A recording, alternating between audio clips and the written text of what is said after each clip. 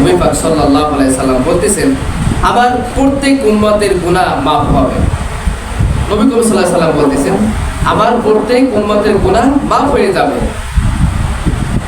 আল্লাহ তাআলা রাসূল বললেন যে আমার প্রত্যেক উম্মতের গুনাহ মাফ করে দেওয়া হবে এবং আল্লাহ তাআলা ক্ষমা করে দিবেন, মাফ করে দিবেন। তবে কিছু গুনাহ বাদে, কিছু গুনাহ ছাড়া, যেটা আপনি মানুষের হক নষ্ট করবেন, মানে হকুল্লাহ, হকুল ইবাদত, আল্লাহ তাআলার হক যদি আপনি নষ্ট করেন, এটা আল্লাহ তাআলা মাফ করে দিতে পারেন। কিন্তু মানুষের হক যদি আপনি নষ্ট করেন, এটা আল্লাহ তাআলা ক্ষমা করবেন না। এবং তিনি বলছেন এটা যার হক নষ্ট করেছে কিন্তু তার কাছে মাফ চাইতে হবে।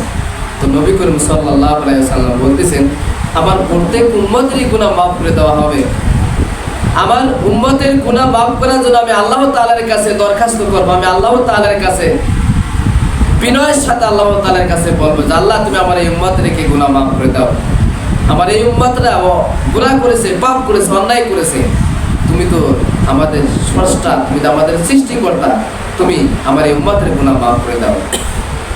তবে এক ধরনের মানুষের গুনাহ আল্লাহ তাআলা মাফ করবেন না, যে আপনার রাসূল বলছে আমার সমস্ত উম্মতের গুনাহ মাফ করে দেওয়া হবে। তবে ওই ব্যক্তির গুনাহ আল্লাহ তাআলা মাফ করবেন না যে নিজে গুনাহ করে অন্যের কাছে বলে বেড়ায়, যে নিজে পাপ করে অন্যের কাছে বলে বেড়ায়, যে নিজে গুনার কাজ করতেছে, পাপের কাজ করতেছে, কিন্তু কেউ দেখে নাই। আল্লাহ তাআলা দেখেছেন, আল্লাহ তাআলার কাছে আপনি ক্ষমা চায় নেন, আল্লাহ তাআলার কাছে আপনি মাফ চান, আল্লাহ তাআলা ক্ষমা করে দিবেন। কিন্তু আল্লাহ রাসূল বলতেছেন যে এই গুনাহ আমার উম্মতরা করে কিন্তু কেউ দেখে নাই, আল্লাহ তাআলা দেখেছে, কোনো মানুষ দেখে নাই। সে আর এক মানুষের কাছে বলে ফেলায় যে আমি এই পাপটা করেছি, আমি এই গুনাহটা করে ফেলেছি। এটা অন্য মানুষের কাছে যখনই বলবেন তখন সাক্ষী হয়ে গেল। যখনই সাক্ষী হয়ে যাবে তখন সাক্ষীর মাধ্যমে আপনাকে এটা সমাধান করা লাগবে। তা আল্লাহ তাআলার সামনে যখন উপস্থিত হবে উম্মতেরা, আল্লাহর বান্দারা যখন উপস্থিত হবে, আল্লাহ তাআলা অনেক গুনাহ মাফ করে দেবেন। যে আল্লাহ তাআলার বান্দারা বলবেন যে রব্বুল আলামিন আমি অমুক গুনাহ করেছিলাম, আমি এই পাপ করেছিলাম, আমি এই গুনার কাজ করে ফেলেছিলাম, কিন্তু আমি কার কাছে বলি নাই, কিন্তু তুমি তো দেখেছো, আল্লাহ তুমি আমাকে ক্ষমা করে দাও। আল্লাহ তাআলা বলেন তুই যে গুনাহ করেছিস সেই গুনাহ তুই গোপন রাখেছিস, কেউ দেখে নাই, কেউ শোনে নাই, কেউ জানে নাই, কার কাছে বলিস নাই, আমি এই গুনাহ ক্ষমা করে দিয়েছি, সুবহানাল্লাহ, আমি এই গুনাহকে মাফ করে দিয়েছি। কিন্তু যেই গুনাহ মানুষের কাছে বলে বেড়ায়, আমরা কিন্তু যদি আমাদের দ্বারা কোনো পাপ হয়ে যায়, যদি কোনো গুনাহ হয়ে যায়, যদি কোনো গুনার কাজ আমরা করে ফেলা দিই, আমরা কারোর কাছে বলবো না, একমাত্র আল্লাহ তাআলার কাছে বলবো যে আল্লাহ আমি এই পাপটা করে ফেলেছি, আমি এই গুনার কাজটা করে ফেলেছি, তুমি আল্লাহ আমাকে মাফ করে দাও, তুমি আমাকে ক্ষমা করে দাও। আল্লাহ তুমি তো ক্ষমা না করো, কে ক্ষমা করবে? আমি তোমার বান্দা, তুমি আমার আল্লাহ, তুমি আমার এই গুনাহটা ক্ষমা করে দাও। আল্লাহ তাআলা তখনই বলেন যে বান্দা আমি তোমার এই গুনাহকে ক্ষমা করে দিলাম, তুমি কারো কাছে এই গুনাহ বলে বেড়াবে না। সুবহানাল্লাহ। তাহলে নিজের পাপের কথা মানুষের কাছে বলে বেড়াবেন না। আপনি নিজের পাপের কথা তো মানুষের কাছে বলে বেড়ান, যার কাছে আপনি বিশ্বাস করে বললেন, আপনি নিজের পাপের কথা কারো কাছে বলবেন না, ভাইয়ের কাছে বলবেন না, বাবার কাছে বলবেন না, স্ত্রীর কাছে বলবেন না। আপনি যে গুনাহটা করে ফেলেছেন আপনি নিজের ভিতরেই রেখে আল্লাহ তাআলার কাছে কান্নাকাটি করেন, আল্লাহ তাআলা ক্ষমা করে দেবেন, আল্লাহ তাআলা মাফ করে দেবেন। আর যদি বলে বেড়ান তাহলে সাক্ষী হয়ে গেল, যখনই সাক্ষী হয়ে যায় তখনই আর মাফ করার সুযোগ নাই। আপনি সাক্ষী বানাতে যাবেন না, নিজের গুনাহ আল্লাহ তাআলার কাছে মাফ চাবেন, আল্লাহ তাআলার কাছে ক্ষমা চাইবেন। খবরদার আপনি একটা পাপ করে ফেলে দিয়েছেন, এই পাপের কথা কারোর কাছে বলবেন না, গোপন রাখবেন। এবং আপনি নিজের পাপের কথা আপনি নিজের কাছে গোপন রাখবেন, নিজের জন্য আল্লাহ তাআলার কাছে ক্ষমা প্রার্থনা করবেন, ক্ষমা চাইবেন। এবং অন্য কারো যদি পাপ করা দেখেন সেই পাপটাও আপনি অন্য কারো কাছে বলে বেড়াবেন না। আল্লাহ তাআলা বলছেন যদি তুমি কোনো বান্দার, হে আমার বান্দারা, যদি তোমরা আমার অন্য কোনো বান্দার যদি পাপ করা দেখো, গুনাহ করা দেখো, তুমি যদি আমার এই বান্দার গুনাহ করা দেখেছো কিন্তু কারো কাছে বলে বেড়াও নাই, কিন্তু সেই গুনাহটা তুমি দেখেছো, তুমি সেই গুনাহ অন্য কারো কাছে বলো নাই, তুমি সেই গুনাহটা গোপন রেখেছো, তুমি অন্য মানুষের গুনাহ পাপ করা গোপন রাখার কারণে আমি আল্লাহ তোমার গুনাহ গোপন রাখবো, তোমার গুনাহ মাফ করে দেবো। সুবহানাল্লাহ। তা আপনি যদি একজনের পাপ করা দেখেছেন সেটাতে আপনি যদি গোপন রাখেন, আল্লাহ তাআলা আপনার পাপ গোপন রাখবে। কত সুন্দর কথা, কত একটা ভালো কথা। আপনি অন্য মানুষের পাপ করা দেখেছেন, আপনি গোপন রাখেন, আপনার গুনাহ আল্লাহ তাআলা আপনাকে আপনার গুনাহ আল্লাহ তাআলা গোপন রাখবেন। এই জন্য আমরা কারো পাপের কথা কার কাছে বলতে যাব না, নিজের পাপের কথাও কারো কাছে বলতে যাব না। তো নবী করিম সাল্লাল্লাহু আলাইহি সাল্লামের এই হাদিসটা কিন্তু আমরা মনে রাখবো। এবং রাসূল পাক সাল্লাল্লাহু আলাইহি ওয়াসাল্লাম উনি অনেক দোয়া করে সিজদার ভিতরে দোয়া করতেন। আমরা কিন্তু সিজদার ভিতরে দোয়া করি না। আপনি সিজদার ভিতরে বলবেন যে ইয়া যাল জালালিল ইকরাম, ইয়া যাল জালালিল ইকরাম, ইয়া হাইয়ু ইয়া কাইয়ুম, ইয়া হাইয়ু ইয়া কাইয়ুম। তবে সিজদার তাসবিহগুলি পড়ে নেবেন। সিজদার তাসবিহ পড়ার পরে আল্লাহর কাছে যা চাওয়া, যা পাওয়া, যা দরকার, যা প্রয়োজন আল্লাহর কাছে চান। সিজদায় গিয়ে স্যার নফল নামাজ পড়েন, নফল নামাজের মাধ্যমে সিজদায় গিয়ে তাহাজ্জুদ নামাজ পড়েন, তাহাজ্জুদের নামাজের মাধ্যমে সিজদায় গিয়ে তাহাজ্জুদের নামাজের সিজদায় গিয়ে আল্লাহর কাছে বলেন যে আল্লাহ আমার এটা প্রয়োজন, আমার এটা দরকার, তুমি আমাকে দাও, আমার এই গুনাহ মাফ করো, আমার এই গুনাহ ক্ষমা করো, আমার এই পাপ তুমি মাফ করে দাও, তুমি আমার ক্ষমা করে দাও, আমার এটা দরকার, আমার ওইটা প্রয়োজন, আল্লাহ আমার অভাব অনটন তুমি দূর করে দাও, আমার পরিবারে তুমি শান্তি বর্ষণ করো, আমার পরিবারের প্রতি তুমি খাস রহমত নাযিল করো, আমার পরিবারের প্রতি, আমার গোষ্ঠীর প্রতি সকলকে হায়াতে তৈয়্যিবা দান করো, এরকম আমার পাড়া প্রতিবাসীর প্রতি তুমি খাস রহমত নাযিল করো, সকলকে তুমি ভালো রাখো। এরকম আপনি সিজদায় গিয়ে নিজের জন্য দোয়া করেন, অন্য মানুষের জন্য দোয়া করেন, পরিবারের জন্য দোয়া করেন, দেখেন আল্লাহ তাআলা আপনার দোয়া কবুল করে নেবে। আপনি শুধু অন্য মানুষের জন্য দোয়া করবেন না, তা তো হতে পারে না। আপনি নিজের জন্য দোয়া করবেন, অন্য মানুষের জন্য দোয়া করবেন যে আল্লাহ তুমি আমাকে ভালো রাখো, আমার আশেপাশে যারা আছে তাদেরকেও তুমি ভালো রাখো। আমি যেরকম অভাবে আছি আল্লাহ এই অভাবকে তুমি দূর করে দাও, অন্য মানুষে যারা অভাবে আছে তাদেরকে তুমি অভাব দূর করে দাও। শুধু নিজের জন্য দোয়া করবেন, অন্য মানুষের জন্য দোয়া করবেন না, তা হতে পারে না। আপনি নিজের জন্য দোয়া করবেন, অন্য মানুষের জন্য দোয়া করবেন। আলী রাদিয়াল্লাহু আনহু একটা হাদিস, আলী রাদিয়াল্লাহু আনহু বলতেছেন যে বদরের যুদ্ধ চলতেছে, ওই অবস্থায় আমি তাড়াহুড়া করে রাসূল পাক সাল্লাল্লাহু আলাইহি সাল্লামের কাছে চলে আসলাম এবং আসলাম যে দেখি নবী করিম সাল্লাল্লাহু আলাইহি সাল্লাম কি করেন, তিনি এই মুহূর্তে কি করতেছেন, অথচ কিন্তু ওদিকে বদরের যুদ্ধ চলতেছে। তো যুদ্ধ চলা অবস্থায় আলী রাদিয়াল্লাহু আনহু উনি কিছুক্ষণ যুদ্ধ করে রাসূল পাক সাল্লাল্লাহু আলাইহি সাল্লামের কাছে চলে আসলেন এবং তিনি আসি দেখলেন যে তিনি তাড়াতাড়ি করে চলে আসলেন। আলী রাদিয়াল্লাহু আনহু বদরের যুদ্ধ থেকে তাড়াহুড়া করে চলে আসলেন নবী করিম সাল্লাল্লাহু আলাইহি সাল্লামের কাছে। তো নবী করিম সাল্লাল্লাহু আলাইহি সাল্লামের কাছে আসি তাড়াতাড়ি করে চলে আসলেন। আসার পর উনি দেখলেন, উনি এত তাড়াতাড়ি আসলেন যে আমি দেখি যে রাসূল কি করেন, নবী করিম সাল্লাল্লাহু আলাইহি সাল্লাম কি করেন। আমরা যদি এখন বর্তমান যদি যুদ্ধ চলে, ইসলামের সাথে বেদিনদের সাথে যুদ্ধ চলে, যে নেতৃত্ব দিবে সে নেতৃত্ব ব্যক্তি তিনি কি করেন, এটা কিন্তু মানুষ দেখার জন্য অপেক্ষায় থাকে যে আমাদের যিনি নেতৃত্ব দিচ্ছেন, আমাদের যিনি অর্ডার করতেছেন, আমাদের যিনি হুকুম করতেছেন তিনি কি করেন। তো আলী রাদিয়াল্লাহু তাআলা আনহু উনি বদরের যুদ্ধের দিনে উনি তাড়াহুড়া করে যুদ্ধ করে তাড়াহুড়া করে নবী করিম সাল্লাল্লাহু আলাইহি সাল্লামের কাছে চলে আসলেন, যে দেখার জন্য চলে আসলেন যে দেখি রাসূল পাক সাল্লাল্লাহু আলাইহি সাল্লাম কি করেন। তখন রাসূল পাক সাল্লাল্লাহু আলাইহি সাল্লামের কাছে আলী রাদিয়াল্লাহু আনহু উনি দ্রুত চলে আসলেন, তাড়াহুড়া করে চলে আসলেন যে আমার রাসূল ভাই কি করে।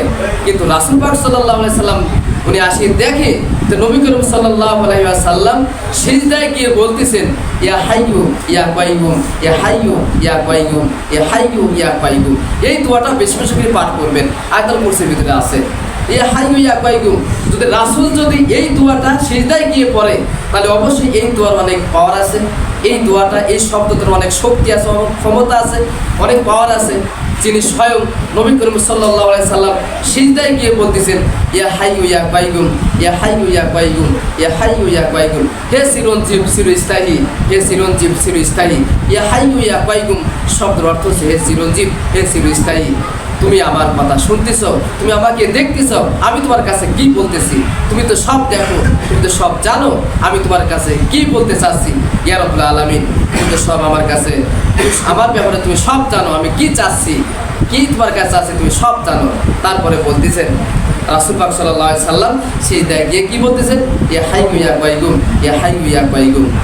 তারপরে নবী আলী রাদিয়াল্লাহু বলতেছেন, এর বেশি কিছুই বলছেন না, এই একটা শব্দই বলতেছেন। আলী বলতেছেন রাসূল সিজদায় গিয়ে এর কিছু বেশি আর বলতেছেন না, শুধু বলতেছেন ইয়া হাইয়ু ইয়া কাইয়ুম, ইয়া হাইয়ু ইয়া কাইয়ুম, এর বেশি কিছু বলতেছেন না। অতঃপর আমি আবারও যুদ্ধের মধ্যে ফিরে গেলাম, কিছুক্ষণ পরে আবার আসলাম। আলী রাদিয়াল্লাহু তাআলা রাসূল পাক সাল্লাল্লাহু আলাইহি সাল্লামকে সিজদার অবস্থায় দেখে উনি চলে গেলেন, আবারও যুদ্ধে চলে গেলেন। যুদ্ধে চলে যাওয়ার পরে আবার কিছুক্ষণ পরে আবার ফিরে আসলেন, দেখি আমার রাসূল এখন কি করে। সুবহানাল্লাহ। আরে রাসূল পাক সাল্লাল্লাহু আলাইহি সাল্লাম সাহাবীরা যুদ্ধ করতেছেন, আর নবী করিম সাল্লাল্লাহু আলাইহি সাল্লাম সিজদায় গিয়ে বলতেছেন ইয়া হাইয়ু ইয়া কাইয়ুম, ইয়া হাইয়ু ইয়া কাইয়ুম। ওদিক সাহাবীরা যুদ্ধ করতেছে আর রাসূল সিজদায়। আল্লাহু আকবার। তার টেনশন, তার চিন্তা যে আমার এই উম্মতরা যদি, আমার এই সাহাবীরা যদি সবাই শহীদ হয়ে যায়, এই ইসলামের জন্য পরবর্তীতে কারা যুদ্ধ করবে, ইসলামের জন্য কারা লড়বে, এই চিন্তায় আল্লাহ তাআলার সিজদায় পড়ে আল্লাহ তাআলা তিনি সিজদার মাধ্যমে আল্লাহর কাছে বলতেছেন ইয়া হাইয়ু ইয়া কাইয়ুম, ইয়া হাইয়ু ইয়া কাইয়ুম। তারপরে আলী রাদিয়াল্লাহু বললেন যে সিজদায় অবস্থায় ওই একই কথাই বলছেন। এরপর আমি যুদ্ধে ফিরে গেলাম। উনি আবারও আসি দেখলেন, যুদ্ধ প্রথম কি আসি দেখে গেল, আবার উনি যুদ্ধে চলে গেলেন। যুদ্ধ কিছুক্ষণ পরে আবার উনি ফিরে আসলেন, ফিরে আসে দেখে যে আমার রাসূল এখন কি করে। এখনই এসে দেখতেছে যে আমার রাসূল সিজদায় গিয়ে বলতেছেন ওই অবস্থায়, যে অবস্থায় দেখে গিয়েছি ওই অবস্থায় রাসূল সাল্লাল্লাহু আলাইহি ওয়াসাল্লাম বলতেছেন ইয়া হাইয়ু ইয়া কাইয়ুম, ইয়া হাইয়ু ইয়া কাইয়ুম, এই কথাই বলতেছেন, বারবার একই কথা বলতেছেন। আল্লাহু আকবার। তাহলে বোঝা গেল এই শব্দের অনেক ক্ষমতা আছে, অনেক পাওয়ার আছে। তারপরে আলী রাদিয়াল্লাহু বললেন এরপর আমি যুদ্ধে ফিরে গেলাম। উনি আবারও যুদ্ধে ফিরে গেলেন, দুইবার কিন্তু দেখে গেলেন, আবারও যুদ্ধে ফিরে গেলেন। কিছুক্ষণ পরে আবারও ফিরে আসলাম, এসে দেখি তিনি ওই কথাই সিজদার ভিতরে বলতেছেন যে ইয়া হাইয়ু ইয়া কাইয়ুম, ইয়া হাইয়ু ইয়া কাইয়ুম। তৃতীয়বার আসি, উনি তৃতীয়বার যুদ্ধ থেকে ফিরে আসি, উনি মানে এটাই গুরুত্ব দিচ্ছেন যে আমার রাসূল একই শব্দ বারবার কেন বলতেছে। আমি দুইবার দেখে আসছি একই শব্দ ইয়া হাইয়ু ইয়া কাইয়ুম, ইয়া হাইয়ু ইয়া কাইয়ুম। আমি আবারও যাব, দেখি রাসূল এখন কি করে। আবারও তৃতীয়বার এসে দেখেন যে নবী করিম সাল্লাল্লাহু আলাইহি সাল্লাম সিজদা যে অবস্থায় দেখে গিয়েছি ওই অবস্থায় রাসূল আছে, ওই অবস্থায় বলতেছেন ইয়া হাইয়ু ইয়া কাইয়ুম, ইয়া হাইয়ু ইয়া কাইয়ুম। রাসূল পাক সাল্লাল্লাহু আলাইহি সাল্লাম এই একই দোয়া পড়ার কারণে বদরের যুদ্ধে আলী রাদিয়াল্লাহু আনহু বললেন যে রাসূল পাক সাল্লাল্লাহু আলাইহি সাল্লাম সিজদায় গিয়ে সাহাবীরা যুদ্ধ করতেছে আর রাসূল সিজদায় গিয়ে বলতেছেন ইয়া হাইয়ু ইয়া কাইয়ুম, ইয়া হাইয়ু ইয়া কাইয়ুম।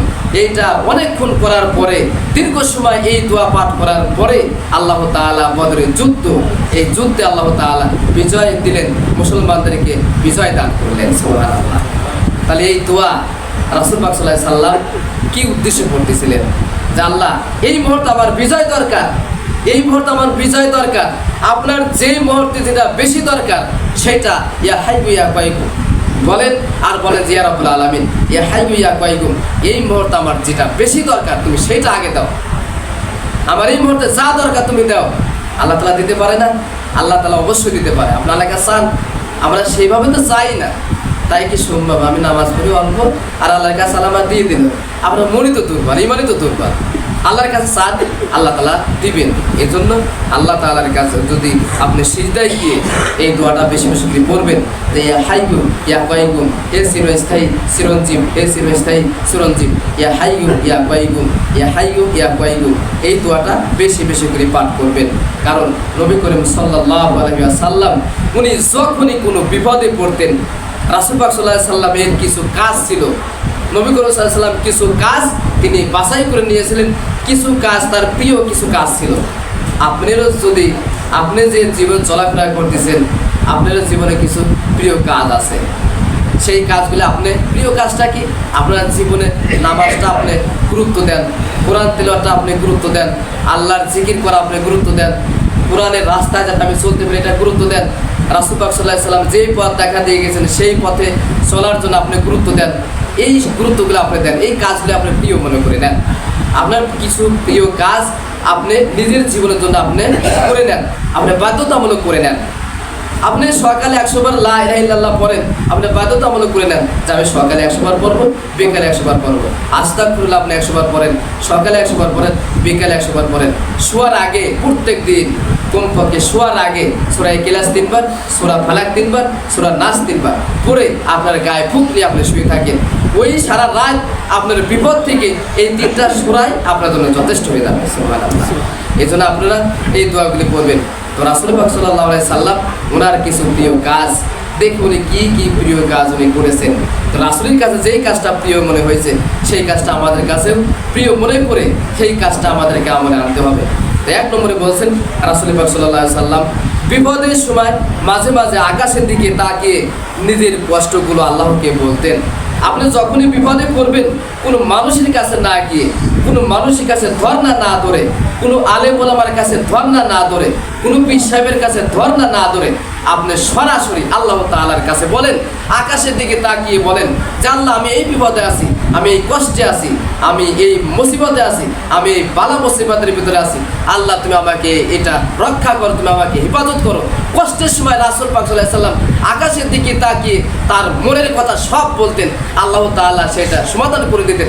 আপনি যদি কষ্টের সময় আল্লাহর দিকে তাকায়, আল্লাহর আসমানের দিকে তাকায়, আকাশের দিকে তাকায় আপনার কষ্টের কথা আপনি যদি বলেন, আল্লাহ তাআলা অবশ্যই আপনাকে সেই কষ্টকে দূর করে দিবেন এবং সমাধান করে দিবেন।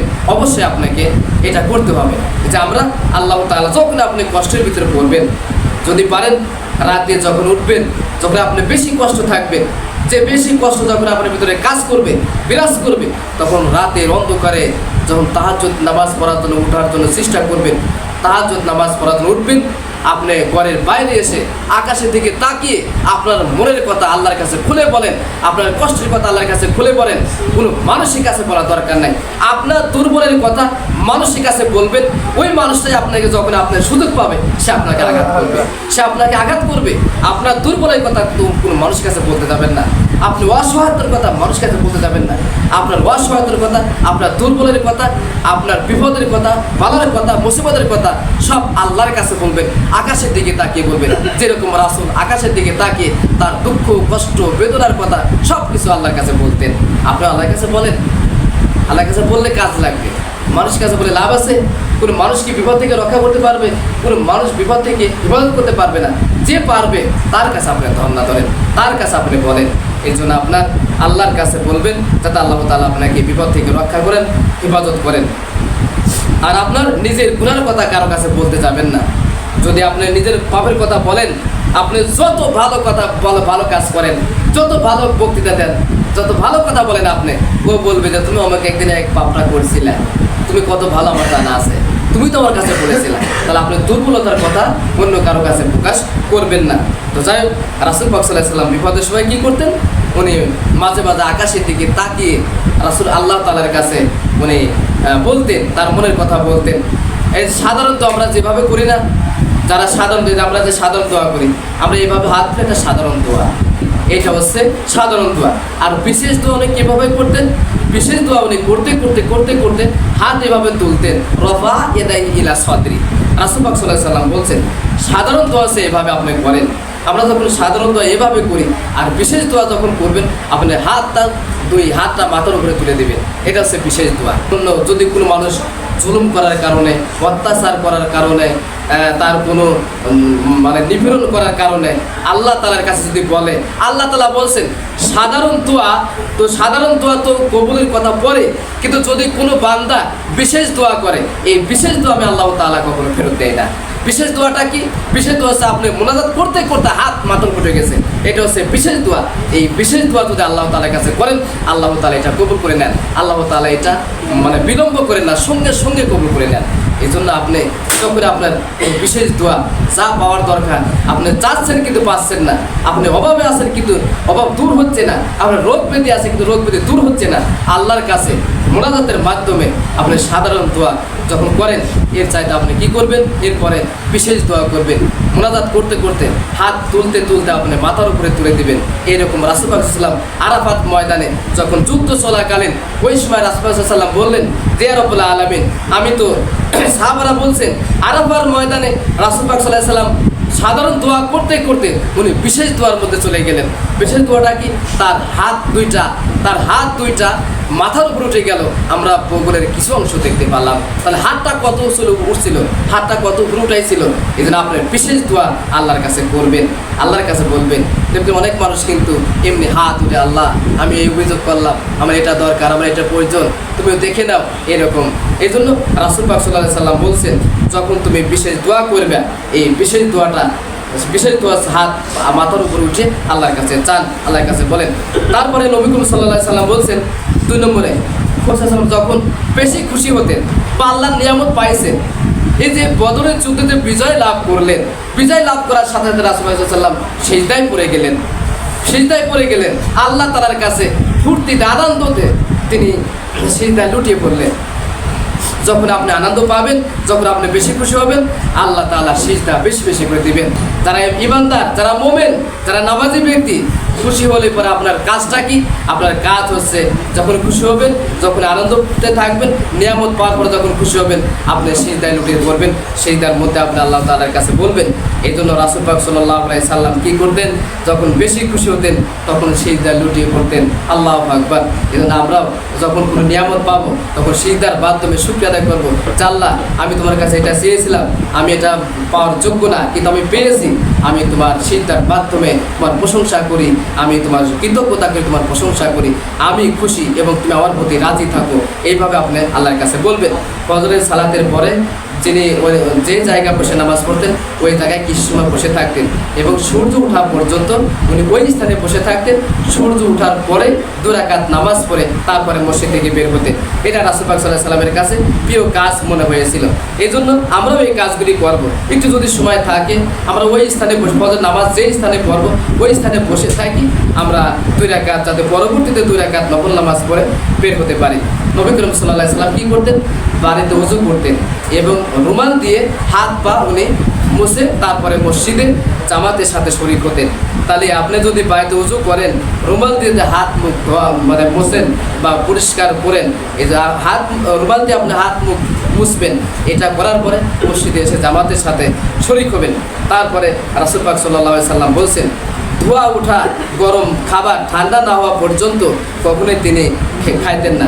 মানে আপনি যেই খাবারটা খাইবেন, এই খাবারটা যদি গরম থাকে, ঠান্ডা না হওয়া পর্যন্ত আপনি খাবেন না। যখন আমরা খাইতে বসবো, যদি খাবারটা বা ভাতটা বা তরকারিটা যদি গরম থাকে, এটা ঠান্ডা না হওয়া পর্যন্ত আমরা খানা খাবো না। এটা রাসূল পাক সাল্লাল্লাহু আলাইহি ওয়াসাল্লামের সুন্নাত, যে ঠান্ডা গরম জাতীয় খাবার ঠান্ডা করা, এটা হচ্ছে একটা রাসূল পাক সাল্লাল্লাহু আলাইহি ওয়াসাল্লামের সুন্নাত। এটা রাসূলের একটা প্রিয় কাজ ছিল।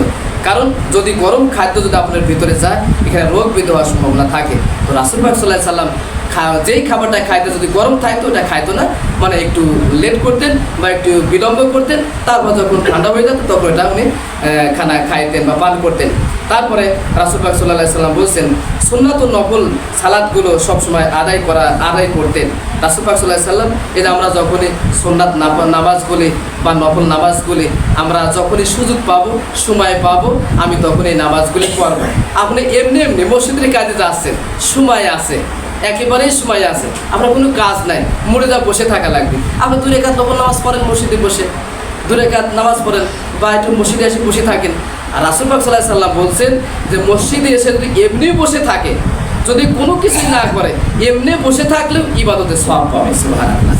এজন্য আমরা যদি মসজিদে এসে এমনিতে বসে থাকি, কোনো কিছুই করবেন না, খালি এমনি আসি বিসমিল্লাহির রহমানির রহিম বলে ঢুকবেন, তারপরে বিসমিল্লাহির রহমানির রহিম বলে বেরিয়ে যাবেন। যদি মসজিদে এমনি যদি আপনি বসে থাকেন, তাও আপনি ইবাদতের সওয়াব পাবেন, আপনি নেকি পাবেন, আপনি এখানে সওয়াব পাবেন। তো যাই হোক, আমরা যে কথাগুলি বললাম সেই কথা অনুযায়ী যেন আমরা আমল করতে পারি, সেই তৌফিক আল্লাহ তাআলা আমাদেরকে দান করে। সকলে আমিন।